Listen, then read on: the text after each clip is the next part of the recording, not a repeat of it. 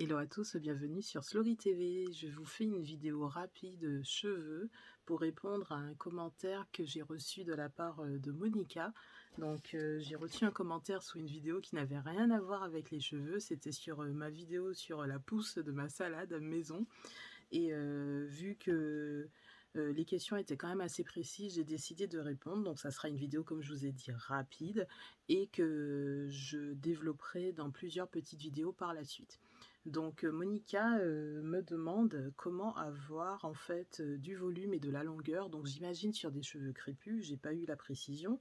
Et donc j'ai listé tout, tout ça de choses. Donc Monica, si tu regardes la vidéo, ne fuis pas. En fait, ça va être très rapide. Je voulais d'abord vous faire un petit retour sur le shampoing ultra doux, donc de Garnier, aux huiles merveilleuses d'argan et camélia. Donc je vous ai fait plusieurs petites vidéos short, je crois que c'est comme ça que ça s'appelle sur YouTube. Donc je vous ai d'abord montré mes cheveux avant le shampoing, je vous ai donné mon avis, enfin je vous ai présenté le produit avant le shampoing, je vous ai donné mon avis après le shampoing et du coup voici mes cheveux une fois qu'ils sont lavés, démêlés, qui sont même en train de sécher. Donc je vous montre de plus près pour voir comment ils sont super propres. Donc j'ai un cheveu blanc qui a fait son apparition ici, qui est assez voyant par rapport aux anciens que j'avais. Donc vous voyez comment mes cheveux sont souples, ils sont brillants, ils sont en tout cas pas secs du tout, ils sont pas ternes. Donc objectif réussi avec l'ultra doux, huile merveilleuse d'argan et de camélia. Passons aux choses sérieuses. Donc comme je vous ai dit, je réponds aux questions de Monica. Donc la première chose que j'ai notée sur mon papier, c'est la génétique. C'est-à-dire que en fait, vous avez un capital génétique pour vos cheveux, pour votre peau, pour votre corpulence, etc. Et vous avez aussi une partie qui est plus habitude. C'est comme ça pour tout, hein. Que ce soit pour votre poids, que ce soit pour vos cheveux, votre peau, etc. C'est pareil pour tout ce qui est tempérament, tout ce qui est intelligence, etc. Vous avez toujours une partie de génétique, une partie d'inné et une partie d'acquis. Donc l'acquis, là pour les cheveux, ça sera toutes vos habitudes, bonnes ou mauvaises. Donc la première chose, donc Monica, c'est la génétique. C'est-à-dire que vous naissez avec un type de cheveux que les parents essaient de modifier ou pas quand vous êtes tout petit, quand vous êtes bébé, ça ne changera rien à votre type de cheveux. Le type de cheveux que vous avez, c'est celui que vous aviez quand vous êtes né jusqu'à vos 1 an à peu près. C'est-à-dire que quand vous naissez, les cheveux, pour quasiment tous les bébés, sont un peu lisses, un peu bouclés. Et je pense qu'au 1 an de l'enfant, on voit vraiment quelle est la nature définitive des cheveux. Donc moi, mes cheveux, ils étaient déjà comme ça quand j'avais 1 an.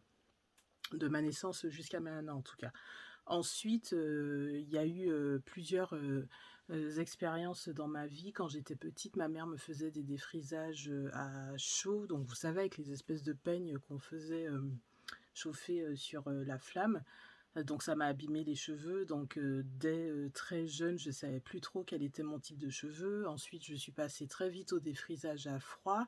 Donc ça, c'était pour ma première communion. Donc c'était fin primaire, donc de primaire jusqu'à 2005, donc mes 23 ans, ben, j'avais carrément perdu mon type de cheveux. Je ne savais plus à quoi mes cheveux naturels ressemblaient. Il a fallu que je fasse une transition longue pour ensuite couper au fur et à mesure les cheveux défrisés pour retrouver ma vraie nature. Et je n'ai coupé mes cheveux très courts qu'en 2017. Donc pour ceux qui veulent vraiment voir tout ce parcours-là, il faut aller sur mon blog, donc www.totalement-slory.com. J'essaierai de vous mettre le lien en barre de description. Voilà, donc comme je veux quand même répondre en une vidéo aux questions de Monica, je vais vous lister toutes les mauvaises habitudes qu'il faut abandonner et toutes les bonnes, tous les bons gestes en tout cas qu'il faut commencer à prendre en compte pour avoir, quelle que soit la nature de cheveux que vous avez à la base, pour avoir une bonne longueur et du volume. Donc, je vais commencer par les mauvaises habitudes parce que c'est ce qui est le plus important pour moi. Si vous abandonnez ces mauvaises habitudes, quel que soit votre type de cheveux, vous verrez une différence. Donc moi en tout cas j'ai diminué drastiquement l'utilisation du peigne pour mes cheveux, c'est-à-dire que j'utilise encore le peigne mais beaucoup moins qu'avant. Ensuite, moins de brosse également parce que ben, selon la brosse que vous utilisez, ça aura tendance de toute façon à vous casser les cheveux. Ensuite, ben, du coup, j'ai arrêté le défrisage. Je ne fais pas de couleur dans mes cheveux, ni chimique ni naturel. Je crois que la seule chose que j'ai eu fait dans ma vie, c'était du henné et ça remonte à il y a des lustres. Ensuite, je fais pas de tissage, je fais pas de tresses, pas de coiffure serrée. Donc, j'ai jamais fait de tissage et des tresses, j'en ai fait que 2 fois dans ma vie et j'ai vite vu que c'était pas une bonne idée. Les coiffures serrées, j'en faisais bien avant, là, avant que j'ouvre mon blog en 2014 et j'ai arrêté tout ça. Même quand je fais une couette, je serre jamais et ben, comme je vous dis, je vous ferai des vidéos un peu plus spécifiques pour chaque détail pour vous donner plus d'informations. Là, j'essaie de faire rapide. Ensuite, je fais attention aux produits que j'utilise. Alors, je suis pas hyper, comment dire, je suis pas une tarée, hein, je suis pas à fond naturel dans le sens que du naturel, naturel, naturel, bio, bio, bio, non. Mais je fais quand même attention à ne pas utiliser n'importe quoi. Par exemple, j'évite le silicone, j'évite le pétrole dans les produits que j'utilise, et bien sûr, j'évite les défrisants, les lissants chimiques. Ensuite, ben, du coup, je tire pas mes cheveux. C'est très rare qu'on me voit avec les cheveux tirés. D'ailleurs, je crois que c'est vraiment très très rare. Donc ça rejoint ce que je disais par rapport aux coiffures serrées. Ensuite, je ne partage pas mes instruments de coiffure. Ça, c'est une chose que je faisais quand j'étais enfant parce que j'avais pas le choix avec mes sœurs. Mais en étant adulte, je partage plus. C'est fini ça. Même si un jour je me retrouve avec des gens avec qui coiffer, terminé. On ne partage pas ces instruments de coiffure, on ne sait pas ce que les gens utilisent dans leurs cheveux, on ne sait pas s'ils ont des soucis de pellicule, d'esquamation, de poux ou autre. N'utilisez pas les mêmes instruments que les autres. Et chez les coiffeurs, hein, bah, faites attention. Ensuite, bah, ne pas laisser n'importe qui toucher à ses cheveux. Voilà.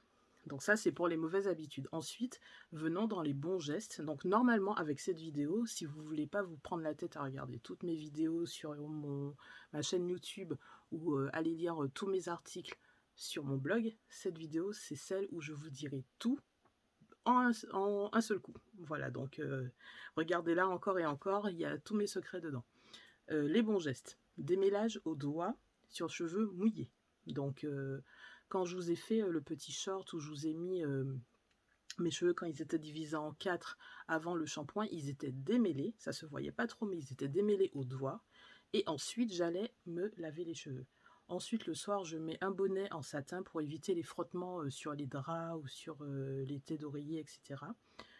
J'essaie de ne pas utiliser trop de produits d'un coup, c'est-à-dire que quand je fais des tests, puisque je fais souvent des tests pour les marques, ou même moi j'achète mes produits avec mon argent et je teste des produits parce que j'adore en découvrir des nouveaux, mais j'essaie de faire des phases, c'est-à-dire telle phase j'utilise un produit, telle phase j'utilise un produit, telle phase j'utilise un produit, et même quand j'utilise plusieurs produits en même temps, c'est-à-dire un shampoing de telle marque, un leave-in ou un lait capillaire d'une autre marque, j'essaie de ne pas en faire trop d'un coup parce que on ne sait pas comment les produits vont interagir entre eux, surtout quand c'est pas de la même marque, on ne sait jamais ce que ça peut donner. Donc quand vous utilisez des produits, essayez d'en utiliser peu en même temps.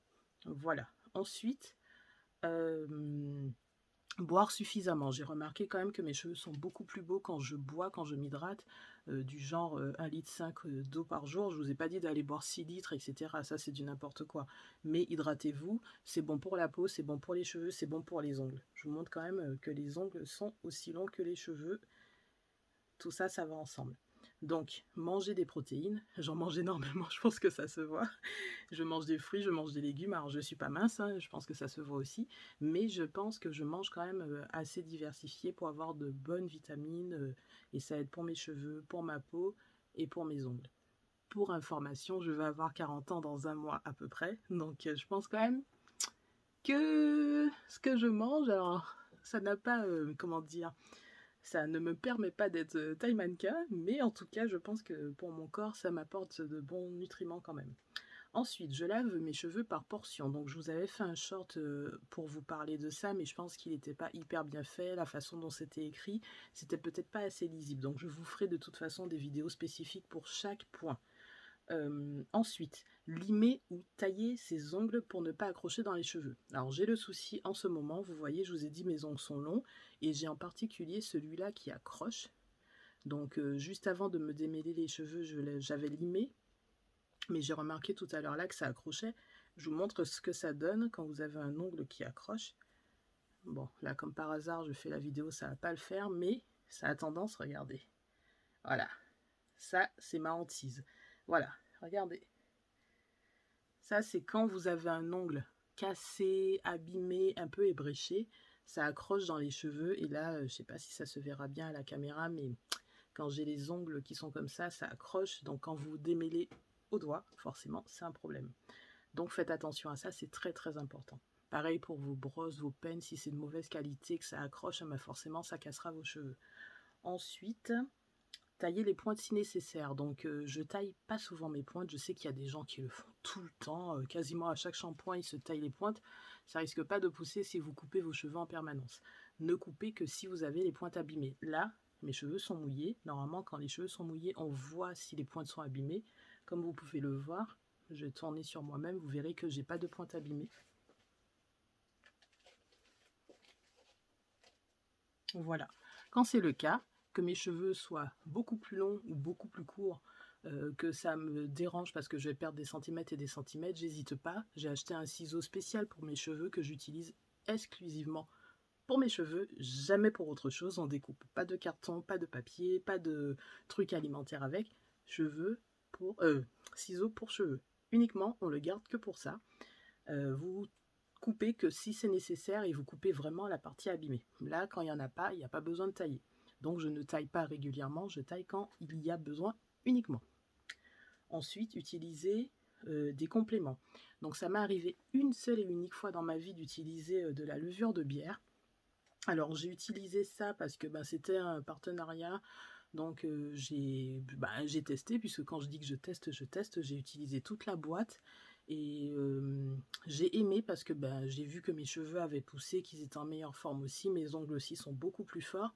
Le souci c'est que quand j'ai les cheveux et les ongles qui poussent par un complément, malheureusement pour moi, j'ai tous les poils qui poussent. Donc après, c'est pas lié forcément au truc que je prends, c'est juste que j'ai une pilosité, je vais pas dire importante parce que je suis pas non plus un grizzly, mais j'ai l'impression que tout pousse en même temps. Donc je vais avoir plus de poils sur mes sourcils, là aussi au niveau de la moustache, en plus des cheveux et des ongles, donc c'est le souci quoi. Même si on dit souvent que bon, c'est pas les mêmes récepteurs qui sont stimulés par les compléments. Moi, j'ai déjà assez de mal avec les poils, je vous dis, sur le visage pour pas faire trop souvent des cures de trucs de croissance. Donc, levure de bière, je l'ai fait une fois. Des comprimés pour la pousse, alors ça, j'avais testé quand j'avais coupé mes cheveux en 2017. J'avais reçu, je crois que c'était en 2018, de la marque Luxéol, des gélules croissance, et ça avait marché de fou. Pour ça, allez sur le blog, il n'y a pas d'autres endroits où je pourrais vous montrer comment ça avait fonctionné. Avant, après, c'était quand même impressionnant, et je l'ai fait une fois parce que je vous dis, après tous les poils poussent, c'est chiant, mais en tout cas ça avait fonctionné pour moi, donc je conseille. Et en même temps, je dis, soyez, comment dire, soyez je vais pas dire prudent, mais soyez raisonnable. Voilà, raisonnable. Parce que, en fait, on a un cycle de pousse dans notre vie pour les cheveux, pour tous les poils du corps. Et je pense que surstimuler la pousse, c'est pas bon. L'excès, c'est jamais bon. Donc, surstimuler la pousse de ses cheveux, c'est pas bon. Moi, je suis plutôt pour retenir la longueur que stimuler à outrance la pousse. Voilà. Il y a ceux qui vont stimuler tout le temps, et il y a ceux qui vont retenir la longueur. Moi, je suis pour retenir la longueur. Et enfin, donc les deux derniers conseils que je donne, c'est d'avoir un vaporisateur.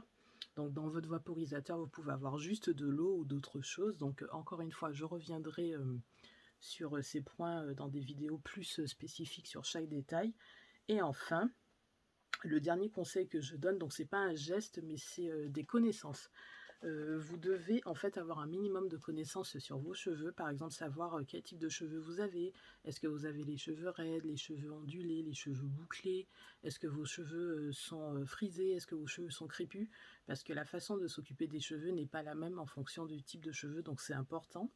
Encore une fois, j'ai fait un article à ce propos sur le blog, donc ça s'appelle classification des cheveux. C'est important de savoir quel type de cheveux vous avez pour vous en occuper correctement. Donc j'avais promis une vidéo courte, c'est le cas, elle fait moins de 15 minutes, donc n'hésitez pas à me poser plus de questions en commentaire si il vous manque un conseil en particulier. Et comme je vous ai dit, je ferai des vidéos plus spécifiques, donc vous aurez pour chaque point un peu plus de détails. Donc Monica, j'espère que cette vidéo répond à tes questions. Merci en tout cas pour ta visite sur le blog, pour les questions que tu as posées. J'espère avoir répondu comme il fallait. Et voilà. Donc n'oubliez pas de liker cette vidéo, de vous abonner, de commenter et de partager cette vidéo. À bientôt.